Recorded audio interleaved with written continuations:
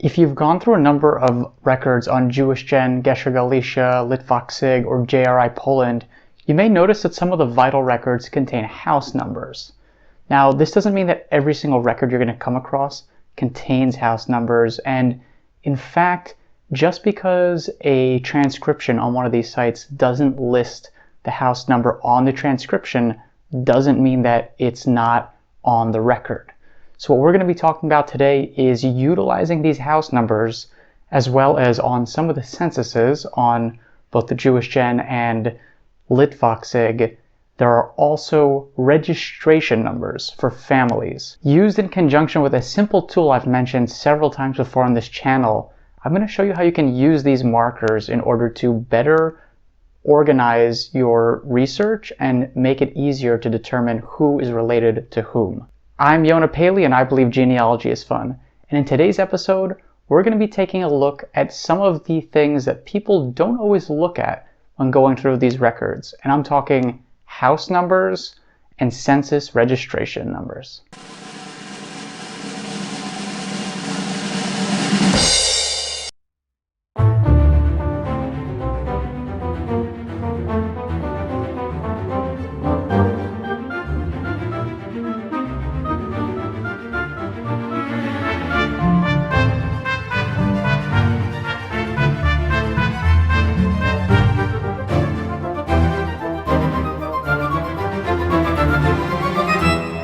The tool I always reference is these Google Docs sheets that I make for every single family branch of mine. And what I do when I'm researching a family, let's say I have a lot of people living in one town. So I'm going to use my Lichtling family from Rohatin, Ukraine as an example.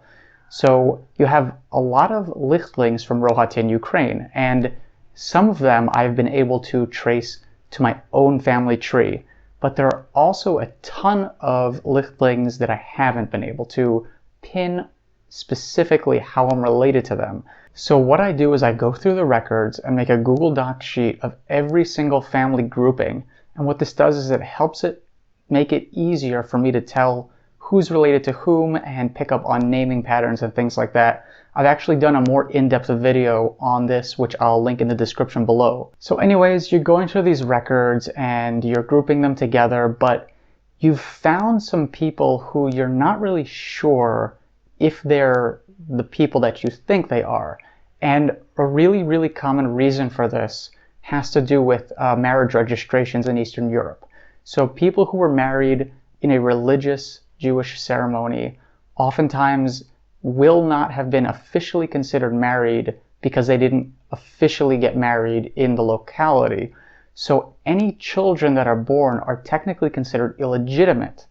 And when children are considered illegitimate, it will often just list the mother's name on the birth certificate rather than the mother's and the father's, because the only thing they recognize is that the mother gave birth to this child, not that she was married to the person that she had the kid with. Some other common issues are mistranscriptions, typos, and a number of other different things. Now, the example I'll be using here is from the region of Galicia with my Lichtling family that I've just shown you. And the problem is that a lot of older birth documents will only list the name of the father and not the name of the mother. And this is for births from around the 1850s, 1860s. So as you can see here, there's the 1873 birth record of Beryl Hirsch Lichtling. And he is the son of Benjamin and Elka. So now we take a birth record of Beryl's younger sister, Chaya Sora, and it shows that her mother's last name is Semelmel. So that's great. We know now that the parents are Benjamin Lichtling and Elka Semelmel. But what about this earlier 1859 birth record of Ethel Lichtling? It does say that her father is Benjamin Lichtling, but it doesn't list a mother. We don't know if this is the same Benjamin Lichtling or maybe a different one. That is, until we look through the house numbers listed on all the documents. All three of these birth records show that the Lichtling family was at house number 127 in Rohatin. Now, I happen to have some records for this Ethel, the one born in 1859, that show that she indeed was definitely the sister of these two. But as you can see, you can already kind of figure out that she was born into this same household with a father named Benjamin.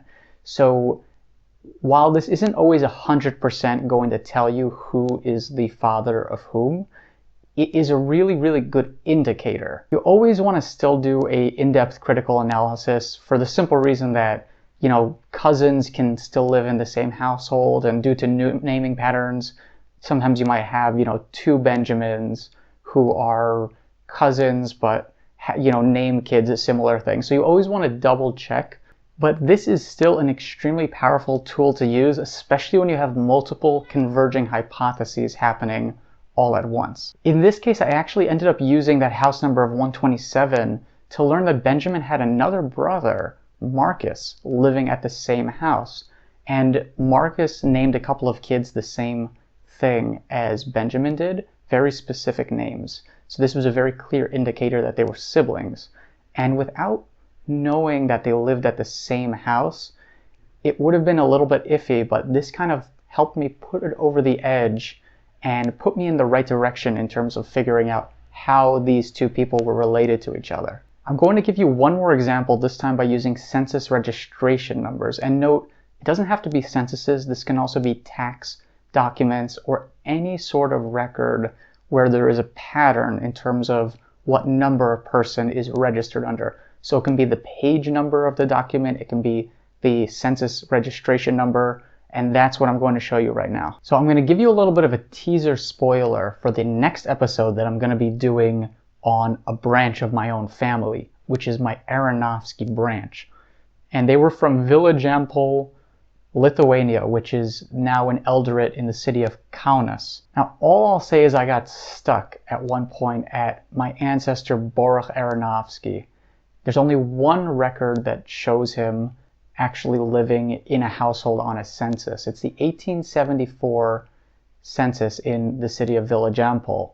And it has the registration number listed as number 83. From using this registration number, I was able to find a bunch of other Aronofskys who were all tied into that same number of 83, and they were all descended from a guy named Abraham Aronofsky, born well into the 1700s. I mean, this guy doesn't actually even show up in any of the censuses, but they all seem to be descended from this fellow. Now, they did share the same number of 83 at some point, but there was still no clear indication of how exactly they were related, except that maybe we all descended from this guy Abraham.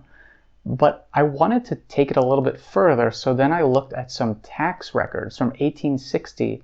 Descendants of that Abraham show up in the tax records, as does my ancestor Baruch. And if you look at the number that they're registered on, it goes in order, all on the same page. You have one guy, number 232, the next one, number 233, the next guy, number 234, and then my ancestor is number 235. There are a ton of Aronofskys in this city, and some of them have groupings similar, but none of them were in this page of the tax census. So what this indicated to me is that these four people all shared a relation with each other.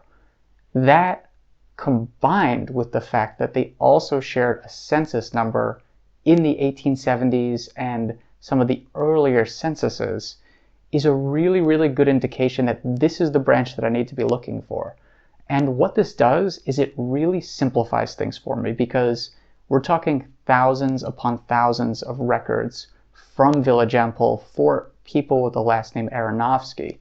I don't know if they're all related to each other, but what I do know is that I have narrowed down a subsection of them to focus on, because now I have these indicators. I know, okay, this group is definitely related to me. In genealogy, everybody thinks they're going to be Indiana Jones, that they're, going to be digging through these records and then just find things all the time.